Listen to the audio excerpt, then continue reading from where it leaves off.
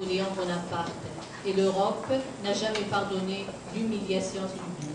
Actuellement, Haïti, pays pauvre parmi les plus pauvres, digne parmi les plus dignes, souffre des conséquences de cette longue guerre de libération, de la nomenclature, du sucre qui, dans l'intérêt exclusif de la France, a ruiné ses terres pendant des siècles et subi des experts internationaux, dévastateurs du Fonds monétaire international et de la Banque mondiale, qui ont récemment tué toutes les protections que l'État haïtien offrait à sa production de riz et aux autres productions nationales, condamnant les paysans à la mendicité ou à quitter le pays sur des embarcations de fortune, boat people. Haïti mérite un meilleur destin. Il suffit de connaître les œuvres de ces artistes capables de transformer des détritus en beauté. Pour le confirmer, je vous souhaite bonne chance dans votre labeur.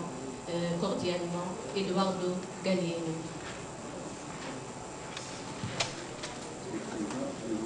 Oui, merci camarade. Donc sans tarder, on va passer la parole à camarade Gama de Guadeloupe qui va vous présenter la synthèse des travaux. Bien, pour l'Algérie, Zoubida Gamache, pour les États-Unis, Kolia Clark, Nancy Dawson, Amadi Ajamou et Gregory Perry. Pour le Brésil, Barbara Coales, de la première synthèse que nous avons tirée de nos travaux. Ce n'est qu'un canevas, nous devons travailler encore 2 jours pour avoir un document propre à la publication. Donc vous n'aurez pas de support ce matin. Mais ceci dit, nous comptons introduire sur les bases suivantes. Il y a un comité de suivi installé en Haïti et composé d'organisations haïtiennes, et comme a dit le président de séance tout à l'heure, d'organisations de masse, politiques, syndicales, associations, etc. Et ce comité de suivi avait indiqué dans son invite un certain nombre d'objectifs, au nombre en tout cas de 3, qui étaient les suivants. 1. Enquêter sur la situation d'Haïti, plus particulièrement sur la réalité du milieu ouvrier et sur les exactions de la force d'occupation onusienne. 2e objectif fixé pour la commission par le comité de suivi, produire un rapport sur cette réalité et de la dénoncer au niveau national et international. Et 3e objectif, de prouver que la MINUSTAH est une force d'occupation qui, en conséquence, doit laisser immédiatement le territoire. Nous nous sommes inspirés donc de ces objectifs fixés par le comité de suivi, composé essentiellement d'organisations haïtiennes.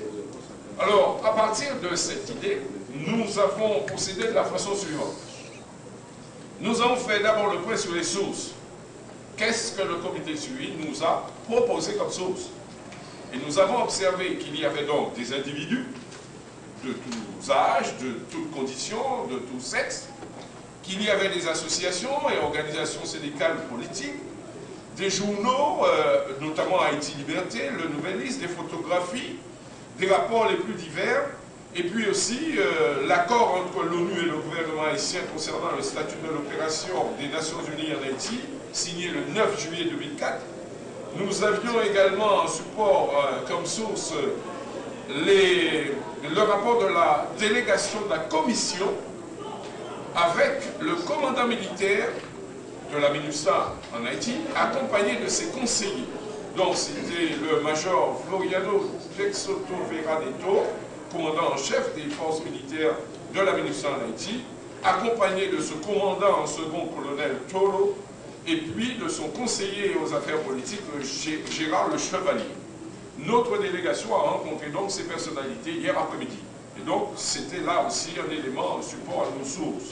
Et enfin, nous sommes inspirés de la déclaration de la 3e conférence Caraïbe tenue à Haïti les 12 et 13 décembre 2008, précisément. Voilà pour nos sources. Ensuite, nous avons essayé de comprendre ce qu'était le contenu de ces sources. Qu'est-ce qu'on pouvait y trouver? Puisque le comité de suivi nous a fait voir des gens, nous a fait entendre des personnes de tous âges, je disais, mais qu'est-ce qui nous était proposé? Alors là, nous avons trouvé énormément de sujets en tous les cas, à traiter, et je vous cite un certain nombre de ces sujets qui ont retenu, en tout cas, qui ont retenu notre attention. Au plan économique, par exemple, les conditions de travail, concernant les droits syndicaux en particulier, le chômage avec ses 70% de chômeurs, la violence contre la femme, viol, prostitution et autres, les assassinats, les intimidations de toutes sortes, la spoliation des paysans dont on nous a parlé, le trafic humain aux frontières, l'augmentation du trafic de drogue, les atteintes à la liberté de la presse qui sont légion, la situation des jeunes et les problèmes d'éducation, la répression des manifestations populaires, tout ça concernant les actions précisément de la MINUSTAH en Haïti, les arrestations arbitraires et, en fin de compte, nous avons également retenu dans le contenu de toutes ces sources la perte de la souveraineté nationale de l'État haïtien. En définitive, à la suite de ces analyses, de ces examens plutôt, nous avons tiré un enseignement. Nous avons observé qu'il y aurait à approfondir la question de l'anticonstitutionnalité de la présence de la MINUSTAH en Haïti. Ensuite, nous avons retenu également un aspect concernant le renforcement de la dépendance économique.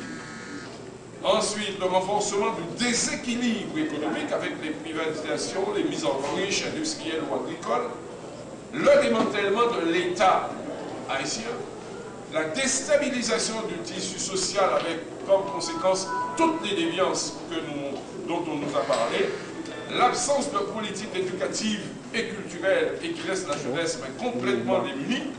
Enfin, les objectifs donnés à la MINUSTAH nous paraissaient non atteints. Donc voilà un petit peu les pistes d'analyse qui se dégagent de nos observations dans le contenu pour ce qui concerne les sources qui nous ont été proposées. En conclusion à tout cela, nous observons que au titre du chapitre 7 de la charte de l'ONU, qui stipule qu'il faut qu'il y ait guerre civile, catastrophe naturelle, crime contre l'humanité, ou tout simplement génocide, nous ne percevons pas la raison fondamentale d'une intervention militaire de l'institution internationale, en tout cas donc des Nations Unies. Aussi, nous proposons, premièrement, une demande d'audience au secrétaire général des Nations Unies, Ban Ki-moon. 2. Une demande d'audience au président des États membres de la MINUSTAH. Troisièmement, nous lançons solennellement un appel au mouvement ouvrier international et au peuple pour une journée internationale de soutien au peuple haïtien et pour le retrait immédiat des troupes de la MINUSTAH le 15 octobre 2009, date de renouvellement du mandat de la MINUSTAH. Voilà. Alors, ceci dit, nous comptions non pas vous faire une synthèse, mais vous proposer en 2 ou 3 minutes un des éléments qui va, disons, qui concourront à l'analyse que nous allons faire concernant la politique des États-Unis sur le plan notamment économique vis-à-vis d'Haïti. Donc, pour cela, nous proposons, pour soutenir la partie analyse, que Collier Clark des États-Unis nous entretienne en 2 ou 3 minutes résumé de ce que la délégation américaine aura à nous dire, aura à apporter à la synthèse finale concernant la politique américaine vis-à-vis d'Haïti. Mon commission. A serious issue.